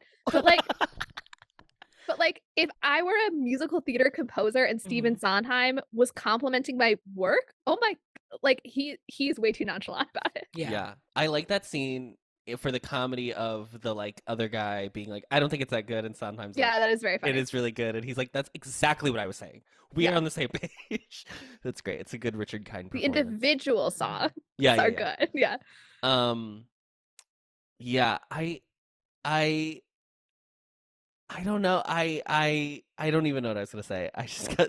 I was it the thinking about I mean- Sondheim being a ghost. I started laughing to myself. Okay. I mean, there are so many fun musical theater oh yes, the cameos like throughout the film. I think like the really smart one was in that workshop thing where it's like all the participants in the workshop are all Yes. like writers, directors, composers. So like that was cool to like. Yeah, I didn't realize that those were going to be cameos, and apparently missed that Jason Robert Brown, the love of my life, was in the scene, and I feel very disappointed in myself for not immediately recognizing him. Mm-hmm. Stephen Schwartz is there. Mhm. What's her name? Who did Legally Blonde is in that scene too. Also, the woman who wrote Water by the Spoonful and then did the book for In the Heights is in it. yeah, I think Jadine Tesori's in it as well. Mhm. Yeah, there's a lot of people. The diners. Basically, everyone in the audience is a favorite. Well, person. and then like But that's the thing. That's the thing is like this whole movie. It's not even. It's so. It's every scene. Every scene has someone. Yeah. And it's done to where if you know, you know, but if you don't know, it's okay. It's still in the world. It still doesn't. Yeah, you don't have to know in order way. to get it. The diner scene And is is- obviously the most egregious. It's also like another benefit of this movie being directed by Lin-Manuel Miranda is like I'm Yes. sure he has all of these people's personal Everyone's numbers. number. Just That was call like, them, right? Hey, I have a bit part to Well, and also it's Yeah. like we're doing. It's Lin-Manuel Miranda's calling, and they're doing the Jonathan Larson tribute musical. Like, Right. and everyone will want to do even it. if you're like Rent isn't my favorite musical, it's still revered. it's still so important in musical theater Yeah. canon. Yeah. And his story's so tragic and blah blah blah. But I really like Laura Benanti as the Yes. Oh my Wait, we God. have to talk about this advertising sequence because it's so funny to me. So funny. So Jonathan goes to like fill Like a market research panel, Yeah. and he's gonna get $75 because he has to get $100 per extra musician he wants for the workshop. So he goes and sits in on this panel, and because it's Jonathan Larson, he's coming up with all these like phrases and like whatever that are pretty rote if you think about it for like more than like 3 seconds. But They're not that impressive, really. No. Yeah. but like an in open a road panel- into a horizon. yeah. Oh my god. And Laura Benanti plays the like person who's running the panel, and the original Little Red Riding Hood from Into the Woods is Kim. Oh, I was Who's the like, why woman do I know this woman? Oh my god. Oh my god, that is her face. Yes. Yes. She's an Um, adult now. Wow. So it's all just like these fun. And then the guy is Jay from Ghosts, and also was a member of Yes. his rap freestyle like troupe. Yeah, he Yeah, was he's like a friends comedic with actor, Lin-Manuel yeah. Yes, yeah. Miranda. Anyway, Oh, okay. yeah, it's so good. It's that it kind of like it represents to me like the promise and like the opportunity of like when a creative person works in like a corporate setting, because we do like you do bring something new and fresh and like really valuable to it, but then like it's like, well, but not too much. You can't go too crazy because like Substitute, that's stupid. And now That's so we're a fan. funny. Which is like, if you are actually In looking for a 2023, name, they would. are you would use kidding it. me? They would love Substitute. Like, Wait, what? They Isn't come it- up. They come up with okay. the fat substitute, the powderless odorless Yeah. fat substitute, and he says Chubstitute.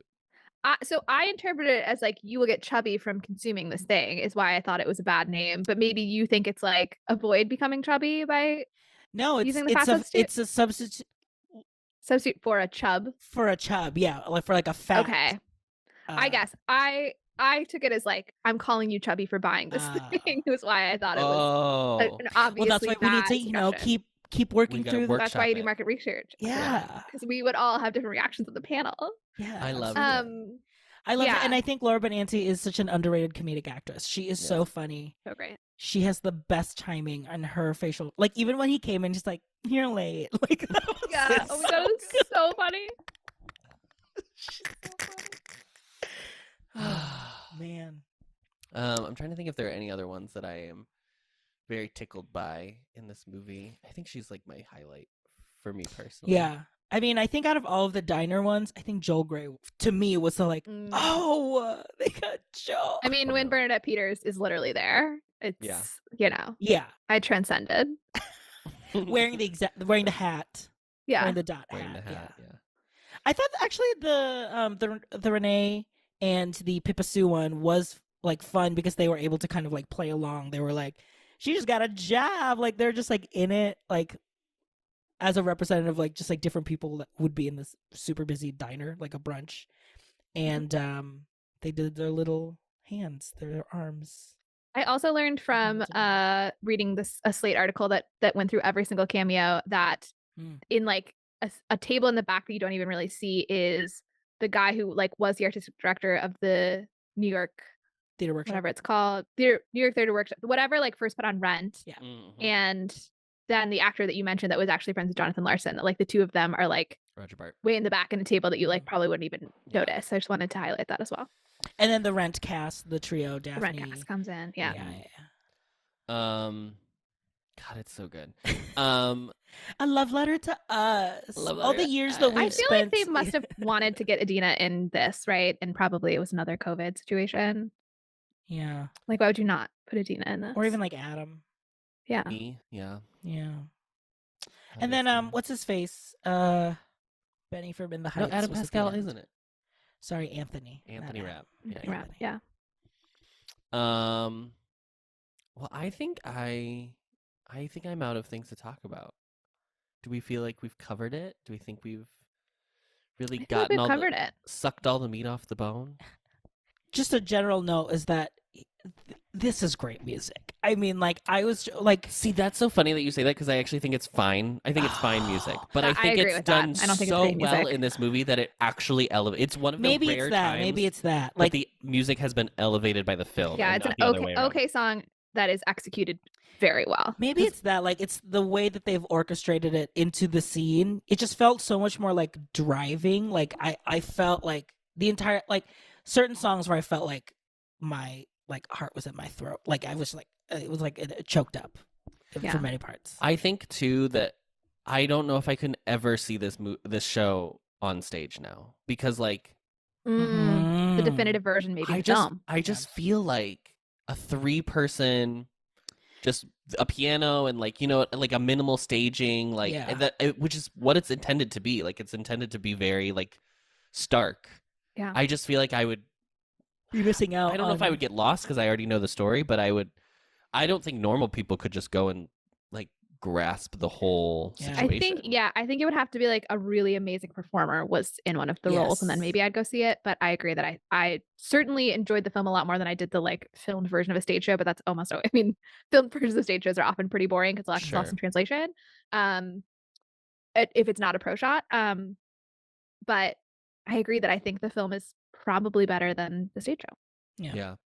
And I also just want to say I think it's unfair that Lin-Manuel Miranda is so good at everything that he can also direct such a good movie. Yeah, I'm still not on. There's definitely like a contingent of people who are like, he's the worst person, which is very funny that the internet is like this. It's just that people are oversaturated with him. There's no like actual thing anyone can point to. Right. He's like too sincere. Okay, the worst thing anyone can be. Yeah, he's a theater. I mean, he's a theater kid. And also he gave us Encanto. So he did. He gave us Encanto. Have you seen Encanto, Molly? I have. I liked it. Yeah, it's good. Okay, well, let's move on. All right, so this movie has an 88% on Rotten Tomatoes. have a couple critics quotes here. Justin Chang from the LA Times says, to some extent, that makes Tick Tick Boom a movie about a straight young white male artist agonizing about hitting his 30s and learning an important lesson in empathy from his loved ones, played by actors including MJ Rodriguez and Ben Levy-Ross. It should come as little surprise that John's creative blockage is tied directly to his short-sightedness, or that he's being set up for a forehead-smackingly obvious lesson. Write what you know. That can be splendid advice in the right hands and produce a lot of banal art in the wrong ones. The movie should, by rights, be insufferable. Instead, Tick Tick Boom feels refreshingly intimate and specific, idealistic, but rarely naive, and grounded in a way that gives an unexpected lift to its flights of fancy. It doesn't just write what it knows, it's the work of someone who knows the theater intimately and delights in guiding us through the agonies and ecstasies of the creative process. Nice. Richard Lawson, everybody liked this movie. There are like only 3 reviews that I saw that were like actually negative.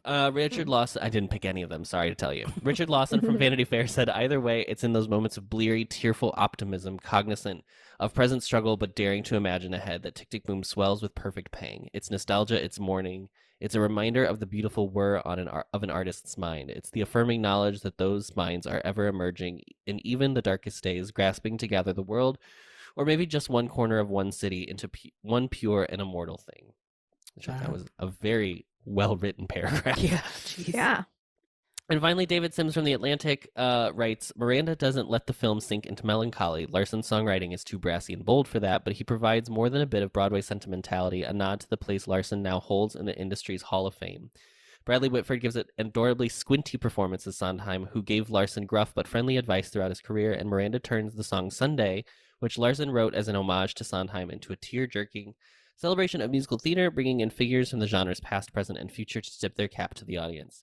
With Tick Tick Boom, Miranda celebrates the power and the pressure of the world he loves most, and he's picked a subject who encapsulates those warring dynamics perfectly. Yeah, I mean, I don't know if we've actually said it, but Bradley Whitford as Stephen Sondheim was amazing. Was so good. Are you I think I crying? said it early on. Yeah. Molly, are you crying? Bradley. In a really profound way. No, he's great. Yeah. I agree. But on Letterboxd, it's got a 3.9 out of 5 stars. Brett Arnold gave it 4 stars and said, R.I.P. Jonathan Larson, you would have loved the Notes app. Because he's like constantly like getting little pieces of paper to write stuff down. To write like 3 words on, just wasting paper constantly. James gives it 4.5 stars and says, only now realizing that this is just a live action adaptation of that SpongeBob episode where he has to write the essay. Never watched SpongeBob, don't get it. Sorry. You didn't? Oh no. You're like Ari. Yeah. What I learned in driving school is, and then he has to finish with 3 more words. Blankety, blankety, blank. And then Coffee gives it 2 stars and said, I'm glad theater kids finally got their Black Panther.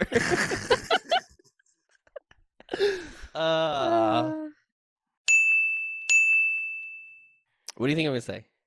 I think there's only 2 real answers. There's only 2? I feel like Yeah. we've talked a lot about good performances. I think we've talked about a lot of great stuff, but I think there's only 2 Real MVPs. I'm hoping it's going to be Andrew Garfield, because if I'm correct about the 2, then you're going to steal my other one. It's Lin-Manuel Miranda. Okay. I just think it is I think it is a piece, more so than I think the portrayal of Jonathan's character. I think the piece itself should be impossible to translate into a movie. Yeah. And I think the amount of work that they did in making it as authentic as possible to Jonathan's real life, and truly doing that work in terms of like adding additional scoring from stuff that he had written, going through and recreating like his apartment, really trying to capture the man that he was at this time in his life, and like seeking out interviews with people who knew him and were close to him at the time. And his sister, who is a producer on this movie, she had said that she wanted to show the real Jonathan, warts and all. She didn't want it to be like this mythologized. I mean, it is mythologized to some extent, obviously, but this It's a real character with flaws, for sure. Yes, like very unlikable in certain parts. Yeah, and I think the tone of this movie is handled perfectly. I think the obviously we've talked about it at nauseum, but the amount of like cameos they got to like kind of reinforce and like celebrate this man and what he did and who he was and what he means to, I think, people who appreciate musical theater in like a real profound way. I just think like this is not an easy thing to do, and the fact that I have barely any negative things to say about this movie is a feat, a triumph, in my opinion. RJ? I'm giving it. Oh, Oh no, Molly? Molly. I'm giving it to Bradley Whitford as Stevie Song. Yes. I just think he captured him so well to the extent that I like had a half of a second where I was like, I'm sorry, is Steven Sondheim actually in this movie when he was first on screen? So I'm gonna give it to him, and if I may, I'm gonna say Bradley Whitford / the real Stevie Sond for recording the voicemail, because his presence in the film is so important to the whole story, and I really appreciated it. And he was also someone that wrote back a lot to people that wrote to him or like would send him things. Like that was something that he made an effort to do. So I think good job, Stephen Sondheim, encouraging young composers. Yeah, literally. I think too that Lin-Manuel himself, like he is a product of Sondheim's like mentorship. I think too another thing about, I made a joke earlier that it's a Deus Ex Sondheim, but it really isn't, because it's so understated, his role in this film. Like it is so important that he comes, but it's not about Stephen Sondheim coming to this thing. It's not about his approval. The whole thing is not around that. Yeah. And it's so, there's no big emotions. Like it's all just like even keeled, and I think that's what makes it feel even more so that it is like what really happened, even though this is like kind of a fantasized version of the actual events and how they took place. But like, because in reality, Stephen came and he left after Act 1 because it wasn't going well, and like he didn't love it, and he had been mentoring Jonathan for a while and blah blah blah blah. So he gave him notes later and all of this stuff. But I think that I like that he appears without fanfare each time. There's never like a big swell. They only have that one girl who whispers like, "It's Stevenson," because someone has to. But like I like that it's kind of subdued in regards to him. I think that's really cool, which makes his voicemail so meaningful. Because if it was like the whole time it was like he just wants his approval and then he gets it, like then it's like okay, but it's such a nice ending. Because you could end this movie with the agent talk and her telling him how writing works and like what you've decided to do as your career and why it's so hard. And I think it would still be a fine ending to this movie, because I think thematically that's the point of what this movie is trying, or what the piece is trying to say. But then being able to end on like someone that he reveres in such a real way, just like not even like, it feels like just like calling out of kindness and saying like, hey, you did a great job. I really like the piece. Let's chat over lunch sometime later. And it's so off the cuff that it's like, oh God, this is what's so good about the whole thing. Okay, I have to be done. RJ? I guess I'll pick Andrew Garfield. My God, I guess I'll. Apologies to Vanessa Hudgens, because that's the other person I wanted to pick. Apologies to Vanessa Hudgens' hair. Yeah, I'm picking Andrew. Apologies to Robin DeSuze, because I would have probably picked him, because I was just so impressed with his performance. But Andrew Garfield truly like he handles the pressure of having the entire story kind of revolve around his ability to kind of convey, like what you said, Molly, like to be empathetic, to like evoke empathy from people who, like we said, like he is an unlikable character in this film in certain aspects, until he like learns the lesson, or like finally picks up like what he's supposed to like learn. I think that like the review too of like his short-sightedness is like his biggest flaw during the story.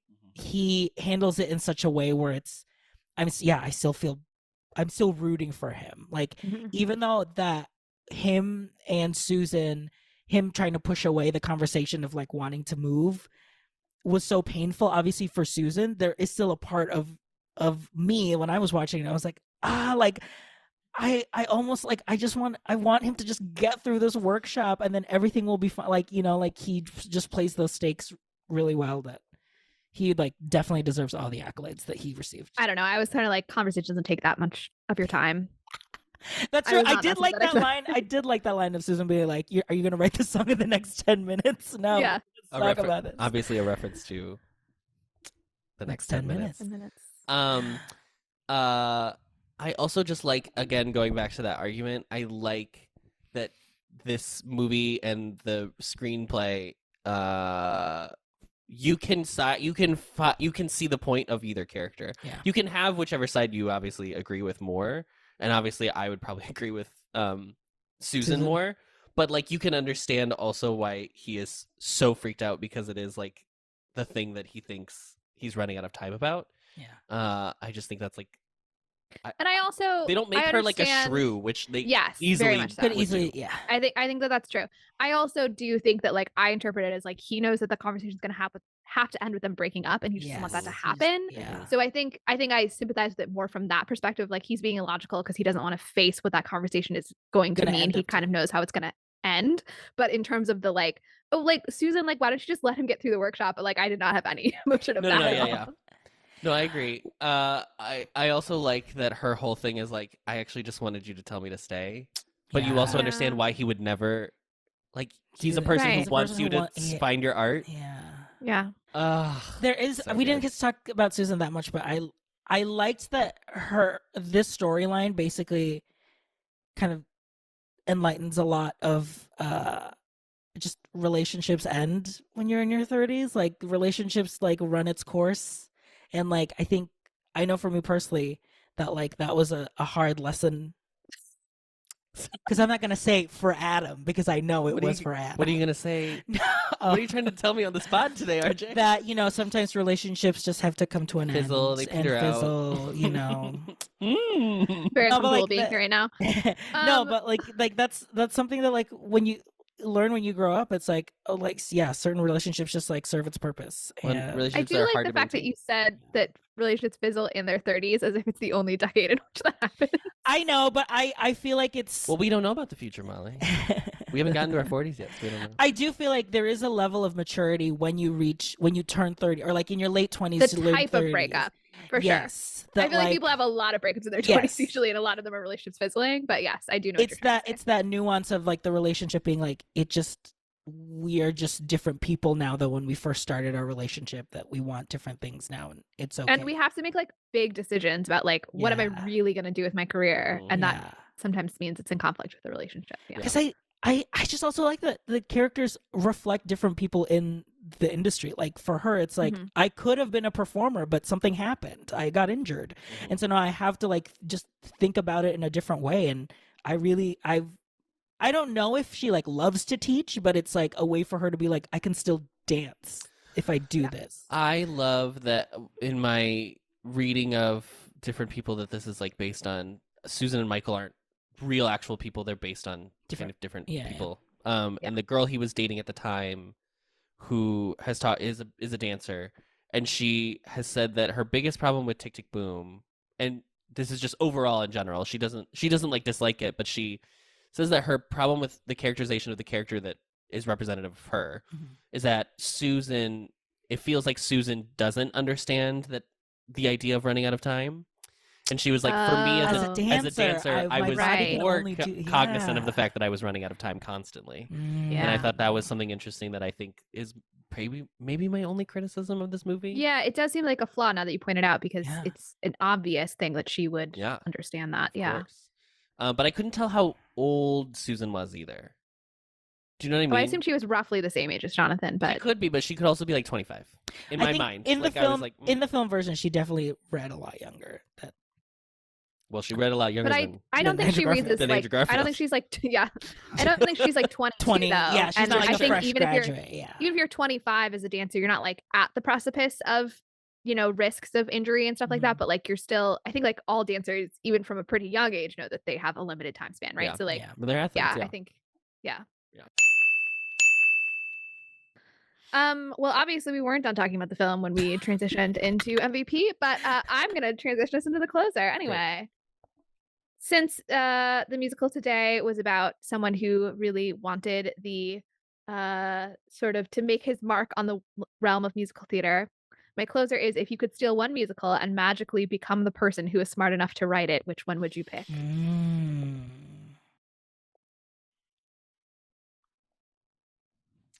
This is hard because I don't want to choose something that's so good that I would never be able to top it. I think that it's a Jonathan Larson homage, so I think it's like a one and Oh, I'm done dead. situation. And then you Hopefully die. I just mean I don't think it's that and you're like setting yourself up for having the rest of your career as a musical theater composer. I just think it's like you contributed this one amazing thing and then like that was it for whatever reason.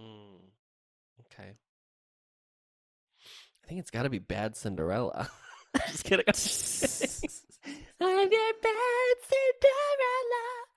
Cinderella. For me right now it's 6. Like it's so, Wow.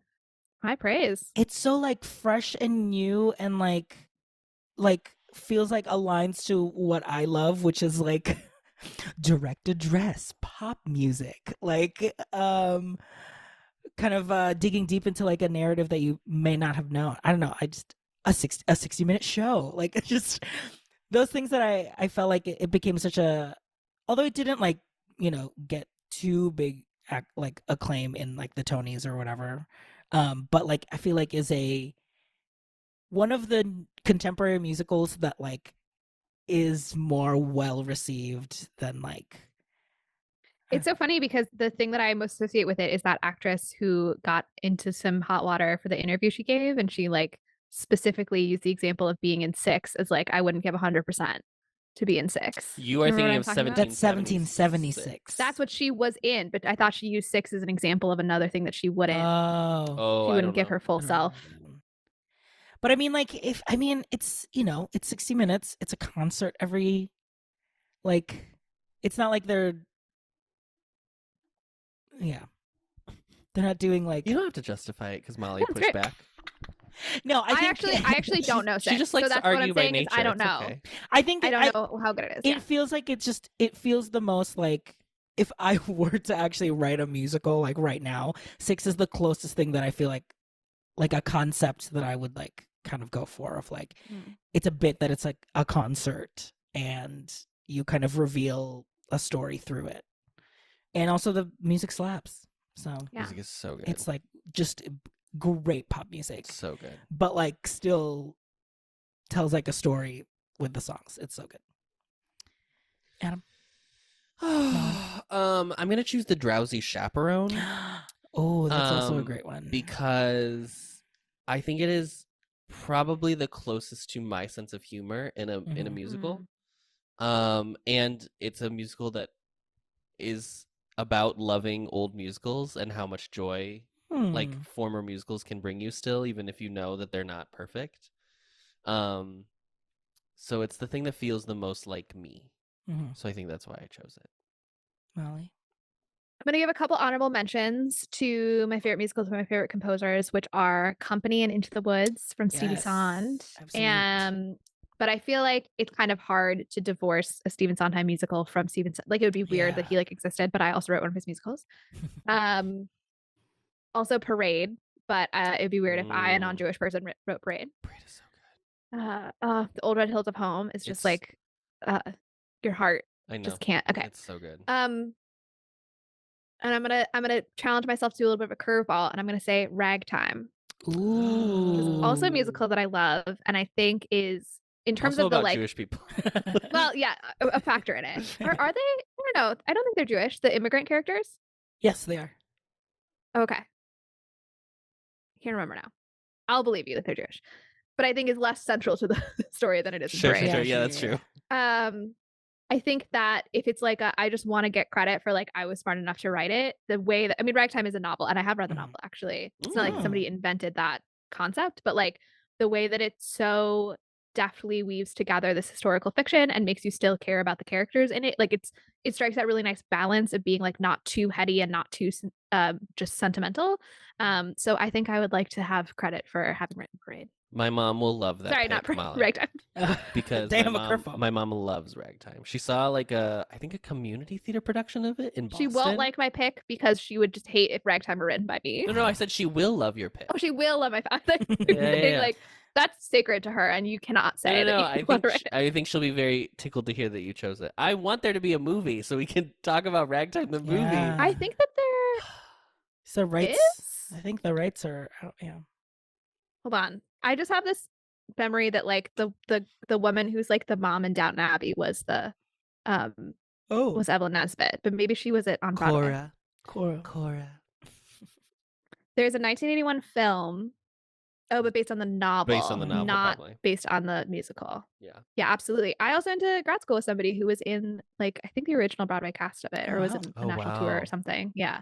That's so cool. I mean, if we're throwing honorable mentions, I would also throw out 25th Annual Putnam County Spelling Bee. I think kind of for the same reason of like it was so like creative that I would have loved to be the person to like have come up with that fun concept and would be like smart and creative enough to do that. That and Legally Blonde, because I really think Legally Blonde the musical is so good and like stands on its own as its unique story of what Yeah. Elwoods would be in a musical rather than just like fully a direct transfer. a direct Yeah. transfer from movie to musical. Fine, if we're doing honorable mentions, then I will say mine is Titanic, which I have not even seen. Now But- that's a hipster musical. Have you heard of it? I've heard of it because everybody talks about it as like this like underappreciated gem. Yeah. It's like an off-Broadway thing running right now, and it's like it's the bit is that you're at a Titanic museum, and then the events of Titanic happen, and it's like broad comedy.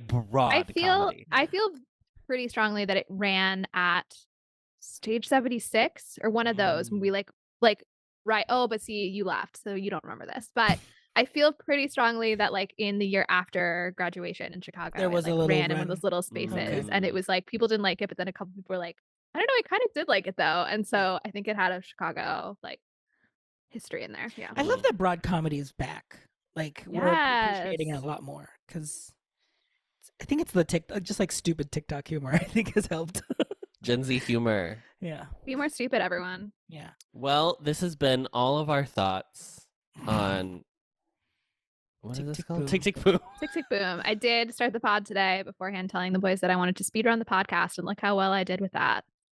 2 hours. 2 hours, just in time. So the short side for us, but hardly a speedrun. Okay. Well, I did my best. Sorry.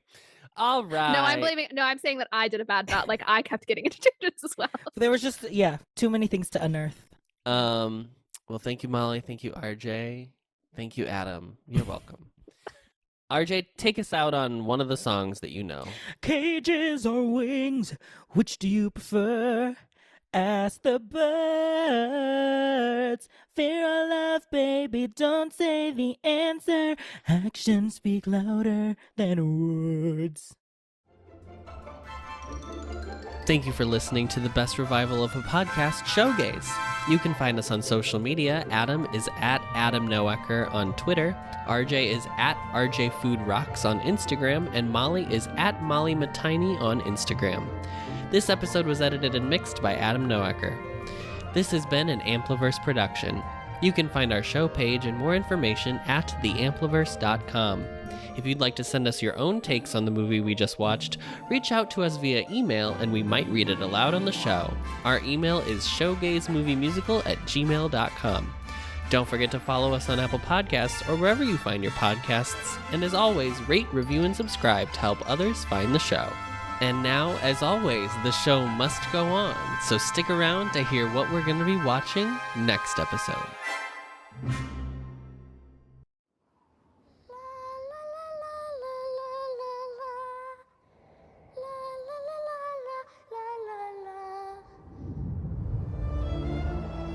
I'm cold.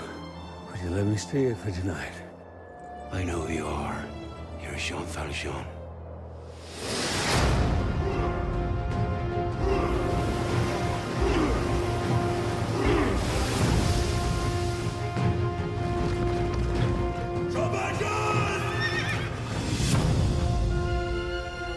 Right, my girl.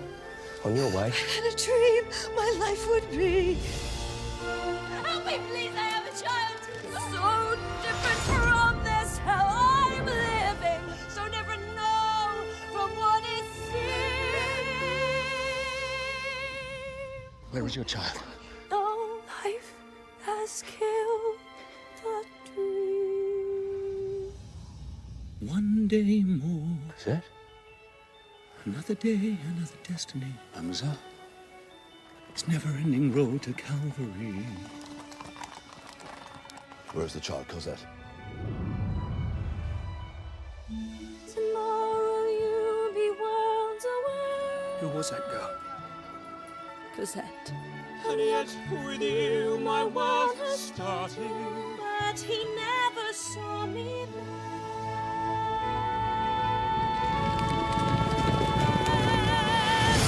One day mortal revolution, we'll nip it in the bud. We'll be ready for these schoolboys. They'll make themselves with blood. One day to the barricades!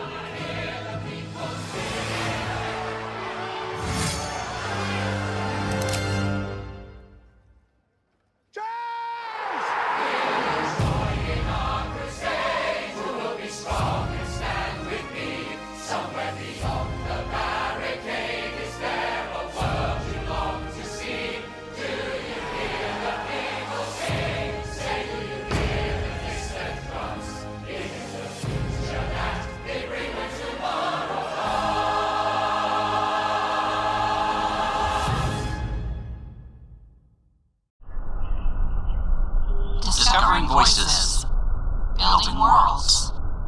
The Ampliverse.